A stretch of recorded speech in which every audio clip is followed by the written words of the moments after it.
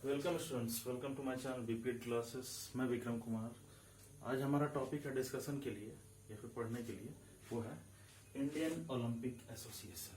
ठीक है, ये एक टॉपिक है जो सब्जेक्ट जिसके बारे में हम लोग पढ़ रहे हैं अभी। ठीक है, तो इस टॉपिक में हम लोग पढ़ेंगे इंडियन ओलंपिक एसोसिएशन के बारे में। ठीक है, तो क्या है देखिए, अभी जानते हैं। Indian Olympic Association was established in 1927 by Mr. Dorabji Jamsetji Tata was its first president। ठीक है, तो जो हमारा इंडियन ओलंपिक एसोसिएशन है वो 1927 में एस्टैब्लिश हुआ था बाय मिस्टर दोराबजी जमशेदजी टाटा। जमशेदजी टाटा के बारे में तो आप लोग सबको जानते ही हैं। जो हमारा जो लौ नगरी है जमशेदपुर, टाटा स्टील, सबसे पहला जो टाटा स्टील जो प्लांट था वो जमशेद जी के थ्रू ही लगाया गया था इंडिया में, जो आज एशिया का सबसे बड़ा स्टील प्लांट है। तो वो हमारे इंडियन ओलंपिक एसोसिएशन के सबसे पहले प्रेसिडेंट थे और स्टैब्लिश भी उन्हीं के थ्रू हुआ था। और एक जन थे डॉक्टर नॉरहेन। उस समय doctor Noehren as secretary general Indian Olympic association में बतौर आए थे। ठीक है, तो नेक्स्ट है हमारा composition of Indian Olympic association. तो कंपोजिशन क्या है इंडियन ओलंपिक एसोसिएशन का? जैसे कि एक संरचना बनता है, कहीं पर भी एक ऑर्गेनाइजेशन अगर बनता है तो उसमें बहुत सारे मेंबर होते हैं। तो मेंबर कौन कौन से हैं इसके बारे में जानते हैं। ठीक है, composition of Indian Olympic association, इसमें एक प्रेसिडेंट रहता है। ठीक है, जो कि हमारे मिस्टर दोराबजी जमशेदजी टाटा थे। ठीक है, और 9 वाइस प्रेसिडेंट रहते हैं। प्रेसिडेंट के नीचे 9 वाइस प्रेसिडेंट रहते हैं। उसके बाद थर्ड में रहते हैं एक सेक्रेटरी जनरल, जो हमारे डॉक्टर नॉरहेन थे उस समय 1927 में। उसके बाद 6 जॉइंट सेक्रेटरी रहते हैं, एक ट्रेजरर रहता है, एक ट्रेजरर। उसके बाद 7 member selected from among the representative of state Olympic association. 7 member ऐसे रहते हैं जो कि स्टेट ओलंपिक एसोसिएशन से चुन के आए हुए रहते हैं। हमारे जितने भी स्टेट है, सारे स्टेट में ओलंपिक एसोसिएशन रहते हैं, अलग अलग स्टेट के अलग अलग ओलंपिक एसोसिएशन। तो उससे 7 मेंबर ऐसे चुन के आए हुए रहते हैं थ्रू देम ओनली। ठीक है, उसके बाद 7th में 12 member selected from among the representative of national sports federation association service sports control board. तो 12 मेंबर ऐसे आते हैं, या फिर जो रिप्रेजेंटेटिव ऐसे आते हैं जो नेशनल स्पोर्ट्स के फेडरेशन है, जैसे कि hockey federation of India, cricket federation of India, अलग अलग फेडरेशन के नेशनल फेडरेशन से उससे चुन के 12 मेंबर आते हैं उससे भी। और एक हमारा सर्विस स्पोर्ट्स कंट्रोल बोर्ड है। ठीक है, तो सर्विस स्पोर्ट्स कंट्रोल बोर्ड जितने भी सर्विसेज हैं, जैसे कि बीएसएफ हो गए या फिर रेलवे हो गए, तो सब सर्विसेज बोर्ड उनका अलग एक बना हुआ है। तो उनसे और नेशनल फेडरेशन से सारे से चुन के 12 मेंबर वो चुन के आते हैं। और इसके बाद हम लोग आगे देखेंगे। तो नेक्स्ट है हमारा objectives of Indian Olympic association. जो मेन मुख्य जो हमारा लक्ष्य है इंडियन ओलंपिक एसोसिएशन का एस्टेब्लिशमेंट, उसका जो नींव रखा गया था, क्यों रखा गया था, उसका मेन जो लक्ष्य है वो क्या है। ठीक है, तो coming to the point, objectives of Indian Olympic Association. सबसे पहला ऑब्जेक्टिव वो क्या है? Development and promotion of Olympic movement. जो ओलंपिक मूवमेंट है, मतलब कि उसको ये कहा जा सकता है कि कोई इंडिविजुअल या फिर कोई टीम हमारा जो है वो हमारे यहाँ जो खेल रहा है उसको हम प्रमोट करें, उसको इस लायक बनाएं कि ओलंपिक में जाके वो खेले, और ओलंपिक मूवमेंट को इंडिया में प्रमोट करना और डेवलप करना, सबसे पहला पॉइंट। ठीक है, नेक्स्ट है हमारा enforcement of all rules and regulation of the IOC and IOA. तो जितने भी रूल्स एंड रेगुलेशन है वो इंडिविजुअल कोई भी प्लेयर या टीम के ऊपर वो लागू करना। ठीक है, जो आईओए और आईओसी ने बना है। आईओसी है आपका इंटरनेशनल ओलंपिक कमेटी।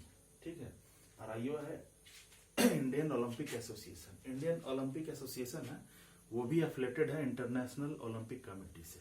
ठीक है, नेक्स्ट हमारा to be the official organization in complete form and responsible for all the matters related to Olympic movement। तो इस ओलंपिक एसोसिएशन के एस्टेब्लिशमेंट का मेन कारण एक ये भी था कि सिर्फ एक ही ऐसा संस्था हो जो पूरी तरह से जिम्मेदार हो ओलंपिक मूवमेंट के किसी भी काम में। अगर ओलंपिक मूवमेंट को प्रमोट करना है या फिर करना है, टीम लेके जाना है बाहर, खिलाना है, कैसे उसको प्लेस करना है या फिर कुछ भी करना है, उसके लिए सिर्फ और सिर्फ एक ही ऑर्गेनाइजेशन वो कमिटेड रहेगी, वो होगी IOA। ठीक है, तो इसको बनाने का मेन कारण ये भी था। ठीक है, next, promotion and encouragement of physical, moral, cultural education of the young people of the nation. इसको बनाने का एक और कारण था, IOA का बनाने का कारण और भी था। जो यूथ है, जितने भी प्लेयर है, जो छुपे हुए जो जितने भी टैलेंट है, उसको खोज के निकालना, उभारना और उनको ट्रेनिंग देना, और फिजिकल एजुकेशन और कल्चरल एजुकेशन, फिजिकल, मोरल और कल्चरल एजुकेशन को बढ़ावा देना, ये भी एक सबसे बड़ा उसमें ये था, पॉइंट था। Next, admitting the membership of state association and national sports federation for which submission of their annual report and audited statement is necessary. Admitting, तो जितने भी स्टेट ओलंपिक एसोसिएशन है और जितने भी नेशनल फेडरेशन है, वो डायरेक्ट रिपोर्ट करेंगे इंडियन ओलंपिक एसोसिएशन को। उनका जो एक साल का जो भी काम है, उसका रिपोर्ट, सारा चीज A to Z रिपोर्ट, उनका खर्च, सारा चीज, जो भी चीज है, सारा चीज को वो जमा करेंगे इंडियन ओलंपिक एसोसिएशन को, और इंडियन ओलंपिक एसोसिएशन को उनका खर्चा, उनका ब्यौरा, क्या टीम कैसे सिलेक्शन हुआ, क्या हुआ, नहीं हुआ, सारी चीज को ऑडिट करेंगे। ठीक है, एक ये भी जिम्मेदारी थी। Next, to undertake with the assistance of national sports federation and financial management transportation ETC। तो ये नेशनल स्पोर्ट्स फेडरेशन जितने भी हैं, अलग अलग मतलब स्पोर्ट्स फेडरेशन, उनके साथ ये असिस्टेंट बिल्ड करना, और अगर उनको कुछ फाइनेंशियल दिक्कत है या फिर पैसा का, तो फाइनेंशियल हेल्प और जो भी रिकॉग्नाइजेशन रहेगा सारा IOA के थ्रू ही रहेगा। तो उनको इस चीज में असिस्ट करना, और कुछ भी प्रॉब्लम हो, कुछ भी दिक्कत हो, तो सारा चीज असिस्टेंट थ्रू IOA ही होगा।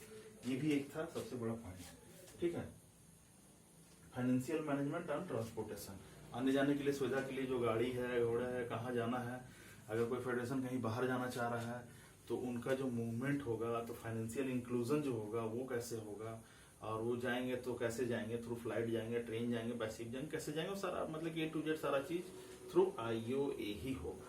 ठीक है, तो वो इस्टेब्लिशमेंट सारे फेडरेशन को IOA के थ्रू करना। ठीक है, नेक्स्ट हमारा जो सबसे लास्ट है, in cooperation with national sports federation organise and control selection, training, coaching of teams that represent India.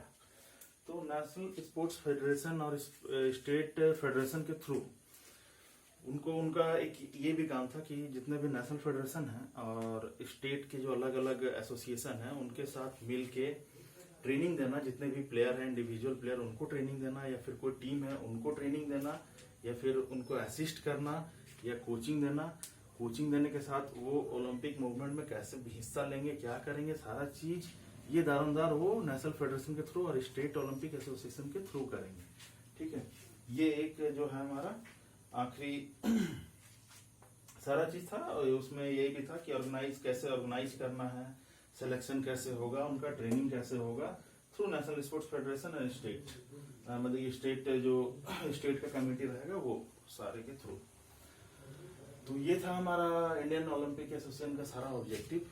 ठीक है, तो ये सारा चीज जान गए इस वीडियो में, और इसके बाद नेक्स्ट वीडियो जल्दी आएगा।